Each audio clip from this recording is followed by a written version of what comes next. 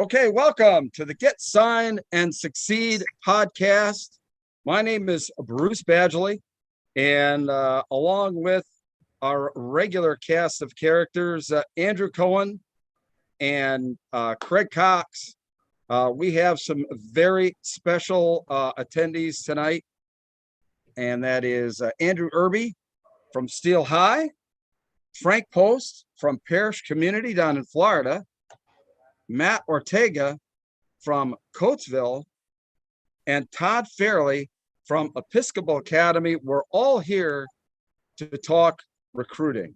And we've had 18 different episodes here all season long, and we thought it was going to be best to try and get some coaches on here and talk a little bit about their views of the recruiting process. Some coaches here have some very intimate views because they've had sons go through, the recruiting process as well. But we'll kind of start this, roundtable with, kind of an open-ended question here from our buddy Andrew Cohen from Get Recruited Consulting. Go ahead, Andrew. Okay, so I want to start with asking whoever wants. I'd like to hear it from each of you, but what have been the biggest changes in recruiting in the last 5 years? Because from my perspective, I've been out of coaching for 10 years, but been helping kids for the last 10 years, but coached for 22. And I think it's drastically changed for many reasons. So who would like to attack that first question? Go ahead, I'll take Frank. that. You got it. Yeah, I think starting off, with the COVID, getting the extra year with COVID, it's putting the high school student a little bit behind the eight ball with a lot of the college kids being able to come back for that extra year or two with COVID. And then you start throwing in the transfer portal mess that's been going on. You're talking over thousands of kids in the portal with hundreds of them not finding new places, is putting the high school student athlete kind of behind the eight ball a little bit in the recruiting process. So they're gonna have to do a little bit more in order to get that exposure to beat that quote unquote seasoned college athlete who's had a year or two in a program where the college coaches feel a little more comfortable with that student athlete than they do the untested high school student coming out. So you think it's the portal? I think the portal is a big part of it. I think it started with COVID when they gave all the kids that extra year, the COVID year, and made the super class. They didn't expand the number of scholarships offered to the universities. So it kind of put a little hiccup in the number of high school kids that were being recruited. And now with the portal going on, we've had college coaches come down through Florida in the last 2 years who said, they'd come down in the past looking for 25 kids to sign. And now they're coming down looking for 10 to 12 kids a year to sign. And the rest are going to be portal kids. Wow. Andrew, go ahead. I would say the process over the years, I think it's What's that? Can you hear me? Yes. I think for the process have moved down to younger athletes. It's now student athletes are being recruited at a younger age where they're taking in your at the 7th and 8th graders can start to become and be on the radar. So I think the process has moved a lot younger to identify younger athletes in a broader capacity and what it used to be. There was your one or two that were really good, but now I think they're starting to identify large groups of young junior high players that are coming up through the ranks, or even midgets in some states. That is a great point. Todd, how about you? Yeah, I would echo certainly the transfer portal, I think, changed the game. And the numbers are pretty clear. There's less offers going out to high school kids. It's facts.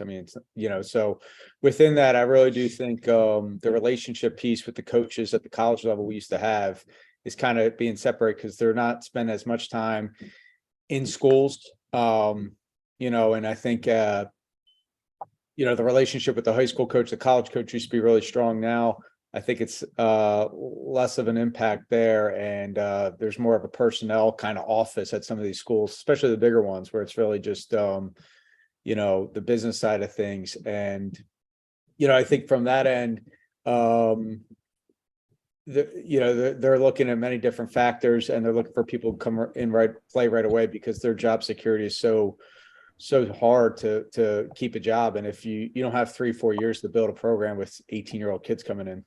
So I think that Wow. presence really add to it, and but I do see a lack of time on the road because with everything moving up, they have visit days for transfer weekends and stuff. So they're at home, they're working all the time, but they're not spending as much time in the high schools. And I know being at this for like 13 years, seeing that has changed. I felt like there was more of a, hey, let's go in, talk to the coaches, find out about these kids. Now it's just like, they're already done their homework and have opinions on kids when they walk in the building, maybe more so than in the past. That's how I feel. So, Matt, what Can I have make a you quick seen comment? change? Can I make a quick comment though? Sure. I think he's right on. I talked to some other guys, and the guys that are like what I call older like me, that are late 40s, early 50s, and they say that the hard part is it's happening so fast, and now they sometimes can't do as good a job of finding out really what is this student athlete made of. You know what I mean? Like his work ethic, his toughness, his character. You know what I mean? So like back when I recruited, like I really wanted to really get to the core of who the young man was. And so I didn't want to make a mistake. And I do think now the offers just flying so quickly. I do think they're going to be making more mistakes because it happens so fast. So, Yeah. Matt, what's the That's a biggest fair change point. you've seen in the last 5 years in recruiting high school players for college? I mean, I think everybody hit upon it, but I think one other area that's definitely different from years past is the number of early offers to younger players.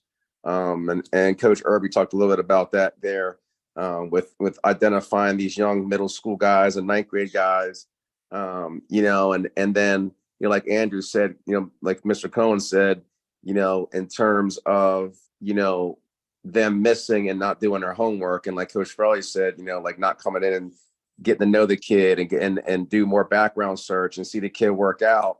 It's kind of like they're just throwing these offers out. For us high school coaches, it's really hard for us to give guidance to our student athletes when we really know it's not a real offer. But then again, we know what everybody else is chasing offers, and these kids get all these daggone offers, and it's just like trying to navigate all that and trying to figure out which one's a committable one, which one's not, and try and give our kids the correct guidance, when they're going through the recruiting process. But the offer thing, the heavy offer when they're young is it's really, really, really frustrating for coaches because, we really just don't know, where a school stands until that kid's a junior or senior is when you really know if that school wants that student athlete. yeah, that's a good point there. The early offer and uncommittable offers, I would say, has been a big deal. I would say typically if they don't call the head coach, kind of have a conversation, and you see a kid get an offer without them communicating with the head, it's probably not committable. Or if they're doing it without ever coming to the school. And I wouldn't say that's real new in the last 5 years, but it's definitely amped up for sure. That's a good point, Coach. Yeah, very good point. Andrew, in this whole Wait, process. did we give Frank a chance? Yeah, we did. Yeah, Frank I'm started. sorry. Oh, that's right. Okay. Sorry. It's okay. Andrew, let's touch a little bit on, you talked about, the early aspect of this recruiting process there. How much time now, do you have, or how much time do you allocate to help some of your, players get offers, or what kind of guidance, are you giving some of the guys to get involved in this whole recruiting process? You're I think asking it really. I'm sorry. Are you asking? No, you're go. asking. Oh, Coach Irby, I'm sorry. I would say that it really comes down to a lot of it is your like you said, your relationship with the coaches, and it's a lot of work. I mean, to be honest, it's a full-time job because your phone is constantly ringing, and you can spend a lot of time just talking to coaches interaction. But the way social media works via Twitter, via text messages, the line of communication, and coaches are constantly recruiting. And I think, the better your program is, the more athletes are identified, the more opportunities you get to, get your kid the exposure that you want. But I mean, to be honest, recruiting is a full-time job. Like you can't, there's really no, they follow the NCAA, guidelines, but when it's time to go and there's a chance for communication, that line of communication is usually consistent. So it's just about building those relationships and guys reaching out, get familiar with your program, get familiar with your familiar with your style. And we always say, it's really about, is it committable, but is it fittable for you?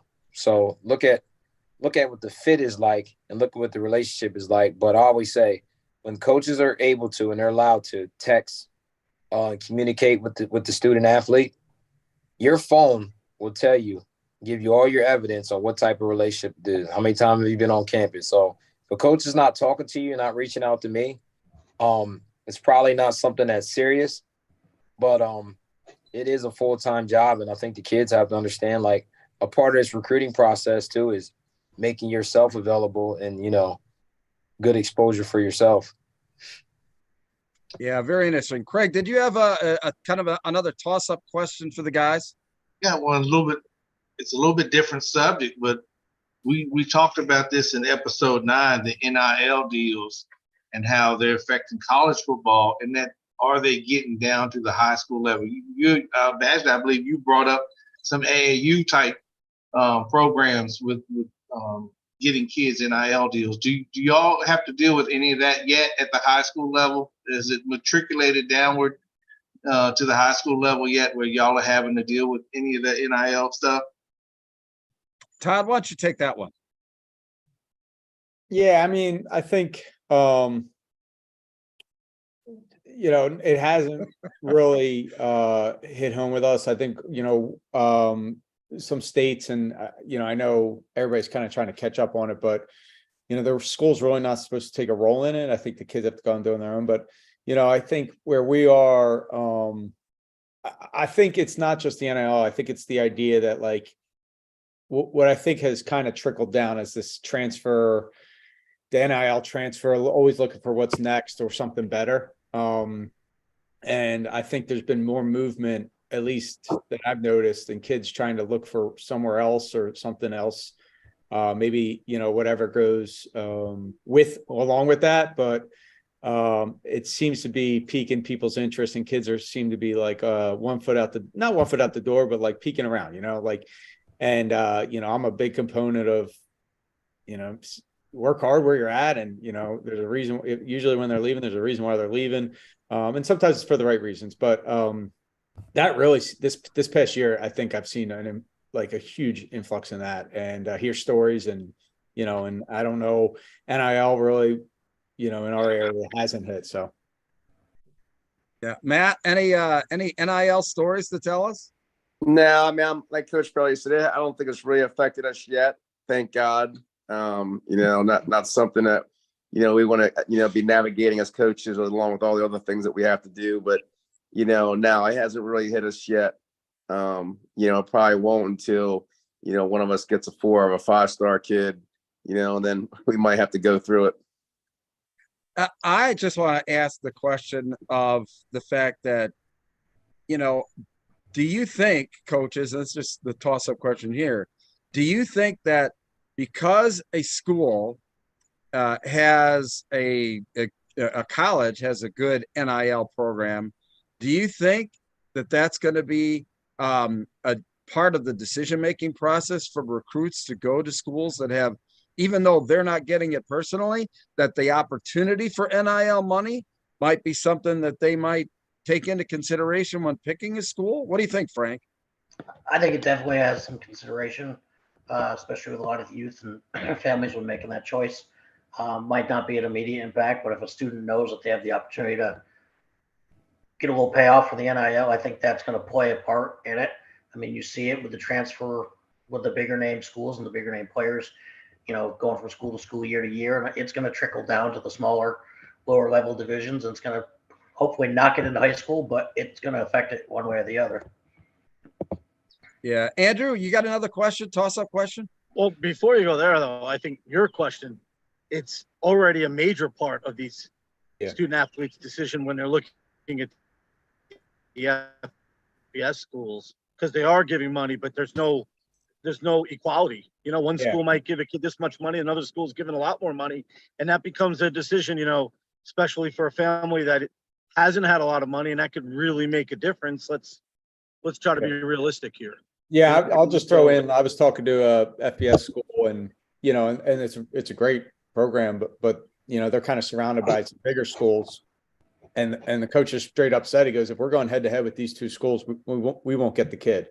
He goes, their deals are so much better than ours. They just got more money right now, and I think it is a major impact, or at least they're feeling it, and again, that's a really good school and a really good program, but he even admitted, he said, we don't have the resources right now to compete with them. So I think at that high level, for most of the kids I think we're working with, it's not a huge part right now, but again, I think it will be in time.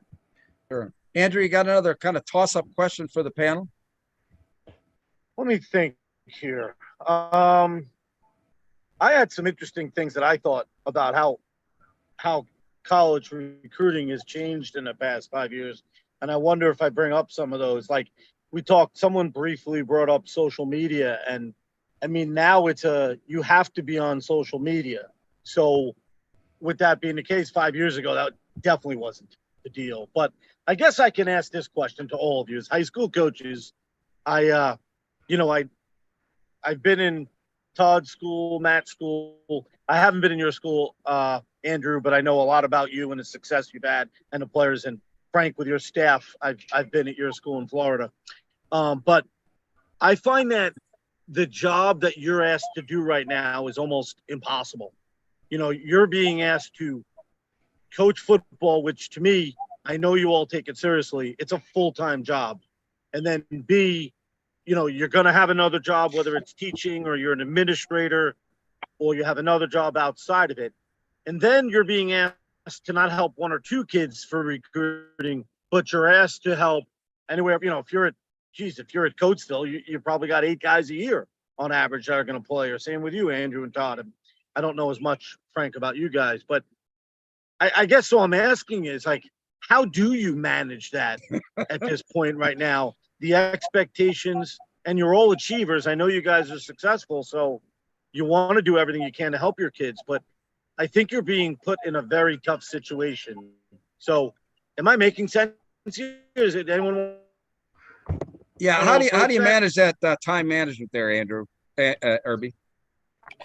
I would say that it's almost like now it's like a part of the job. So it's one of those things where you have to dedicate time. You have to be organized. You have to have a plan. Like, to be honest, I usually, when it's evaluation period, we have a date book. We put out schedules. So you got to be really organized with it, because you'll get an unexpected guest every once in a while. So I would say like the first 2 years, guys were stopping in all over the road. Like, hey, I'm down here in the office. I just flew into Harrisburg Airport.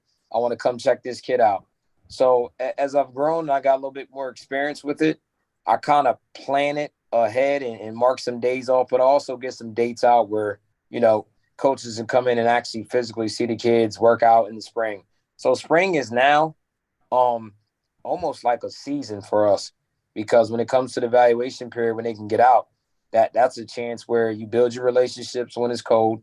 Then when they get the opportunity to come out in spring, they actually get a firsthand look. But I would say for me is planning that and taking time of that, and making sure that I'm prepared for it to, not be overwhelmed when it all hits. So, and it really depends on, you got a couple good players, you can get busy real quick.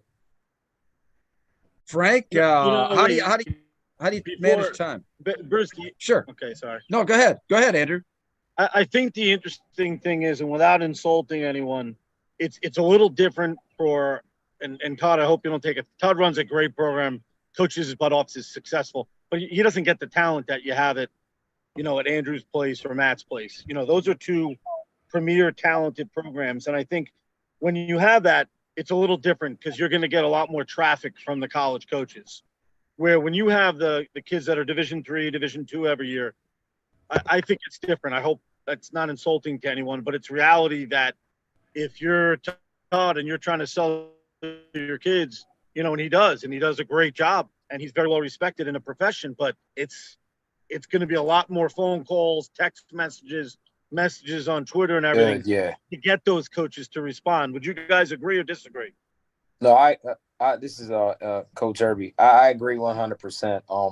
And it really works the way if you have one or two, it really passes down your talent and really creates from year to year. But I totally agree. Like it there's times when you start out when you don't have that many guys, and then there can be somewhat of a drought where you got your twos and your threes who are able to get there when they can get there. But I totally understand. That's when you're doing a lot of reaching out, trying to build connections and find out places and resources where you can help get the kids recruited. I agree 100%.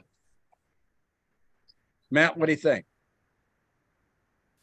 Yeah, I agree with Coach Irv. I mean, there's been years, I would say like 3 years ago where, there was a 2-year stint there where it was pretty slow for us, and it's now just starting to pick back up.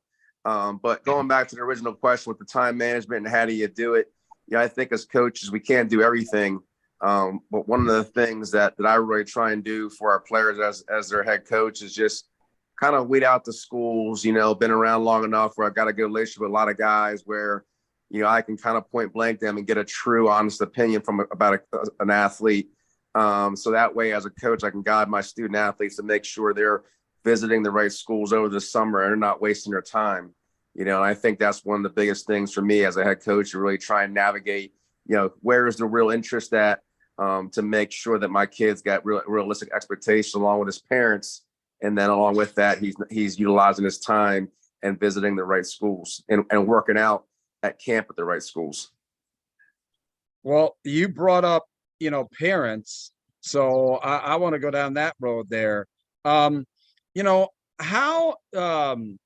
difficult is it sometimes to, really, talk to a parent, squarely about, the talent of their, son and whether or not, they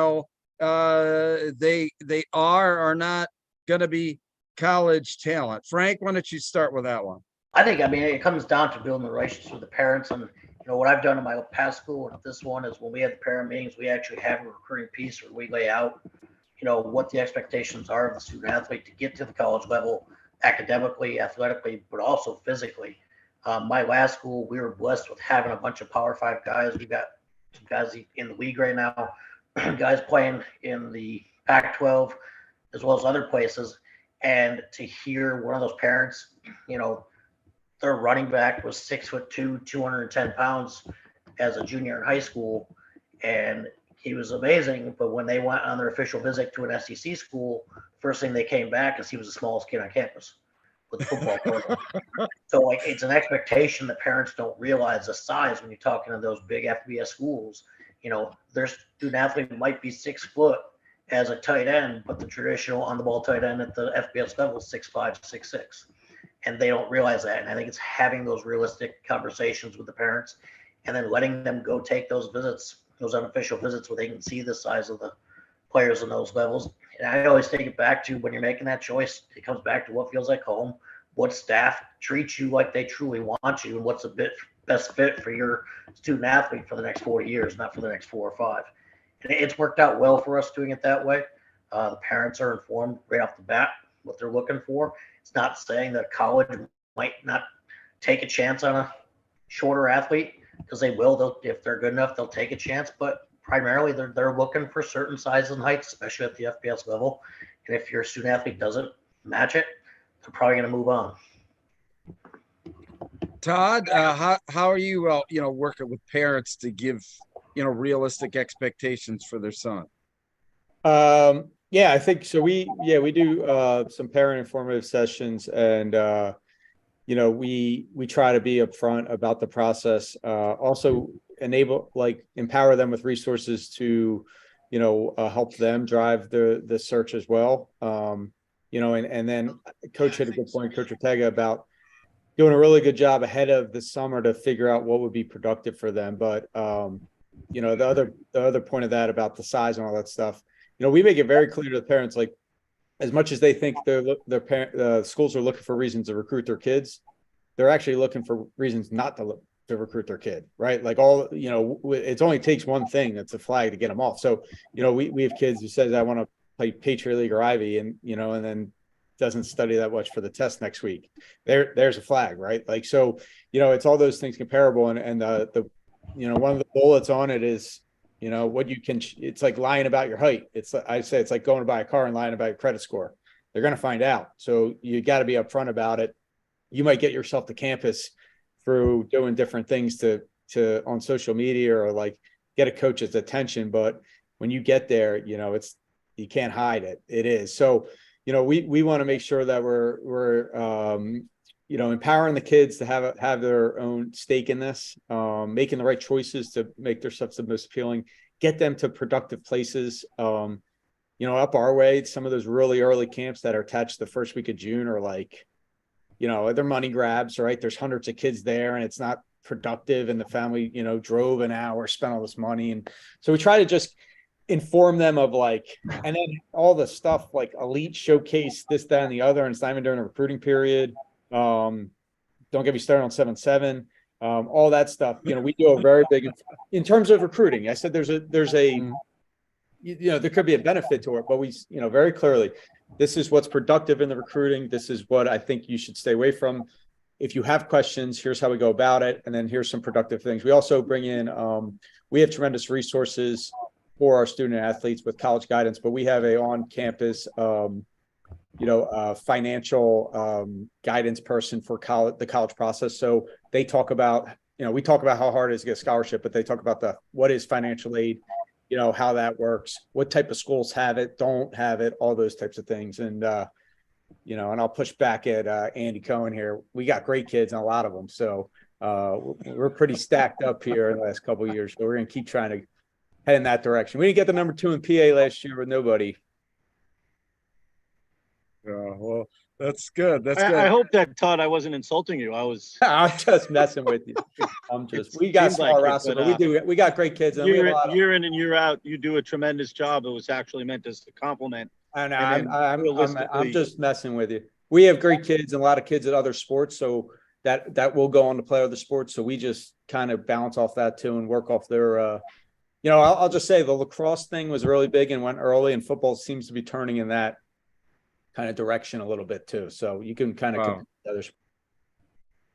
Coach Irby, you're in a very interesting situation too. I mean, you've got a couple of your sons that are going to be seniors that are in the recruiting process, and so how do you deal with all of the parents of all of the players that you've got on your team there? I would say that the first thing that I did that I attempt to do is, when it comes down to it, I make it clear at the end of the day, your evaluation process, and a lot of times we always say, as coaches, we always say, well, you got to have grades, you got to have character. But I'm going to go out on the limb and say it doesn't work like that. It starts with your film, then goes to your character, then grades are final. So I try to preach to our kids, the product that you put on film, and then your in-person evaluation is done by the coach that wants you on his roster. So at the end of the day, no matter whether I can say the good things or bad things or promote you 100%, at the end of the day, that final evaluation goes to the man who's more than likely a pretty good, well-off coach in the task that we take. So at the end of the day, the final evaluation is not necessarily done by us. It's our job to guide and give our suggestions and work on what they need to work on. But the product that they put out there, ultimately is the product that the coach will see and will have to evaluate and see if it fits their program. So if you ever have a kid, you ever have a parent, I don't tell parents what they can do. If you feel like he can play at this level, get him in front of the coach, get him evaluation, then, you can make then they can make their decision based off of it. Because a lot of times if you tell a person you don't think they're ready, I never put a cap on a kid. If you think you can play and you want the opportunity, then go do it. At the worst case scenario, you tried and you attempted everything. So my philosophy is a little bit different. I think, get the kid in front of the coach and, work to the best of your ability. There's some guys that say, well, he can't play there, she can't play there. Well, I'm not the one to tell you can't. But if you want to get a clean evaluation, then you can speak to the coaches and the staff and for the most part, they'll tell you whether you're in the ballpark or not. If you can tell by your line of communication, if you're a kid they're recruiting or you're a kid that they're after. But now today's society really can't tell anybody no or what they're not good at. So I just let them pretty much go and compete. Now I have a lot that have raised their stock by going to compete, but I also had some ones that, found out maybe I'm not ready for that. A conversation of height, speed, all those things came into play, and it was just a real life conversation. But I'm just a firm believer of putting the players out there, telling them what the expectation is on our end and what coaches are looking for, but ultimately letting the college coach make that last decision with his final evaluation. One of the things too is, Coach Cohen and Coach Cox, they're available to, talk to anybody, whether it's coaches, parents, players. We've had 17 episodes. We've gone through every aspect of recruiting, through this podcast. And the one constant throughout all 18 episodes here is the fact that Coach Cohen and Coach Cox are available to talk about recruiting. Just pick up the phone so that you can get that, at least some help in evaluation and possibly help, in those relationships to,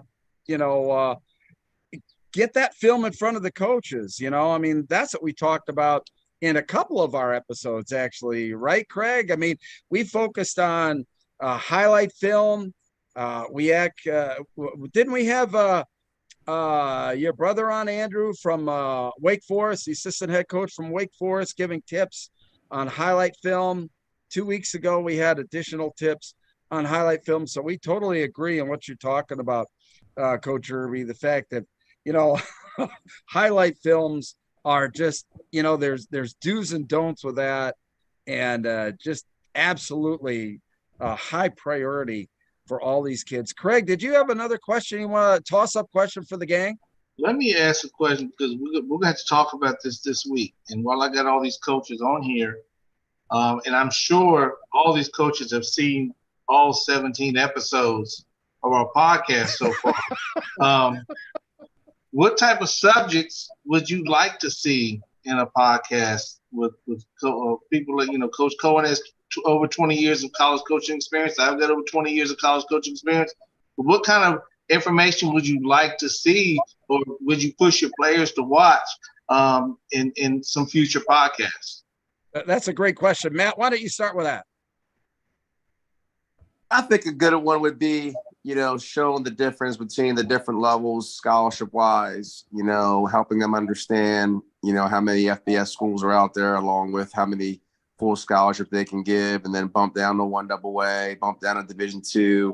But then also kind of guide through, possibly something in terms of finances, whether, okay, for example, in Pennsylvania, you're recruited by a PSAT school, you're probably not going to get a full ride.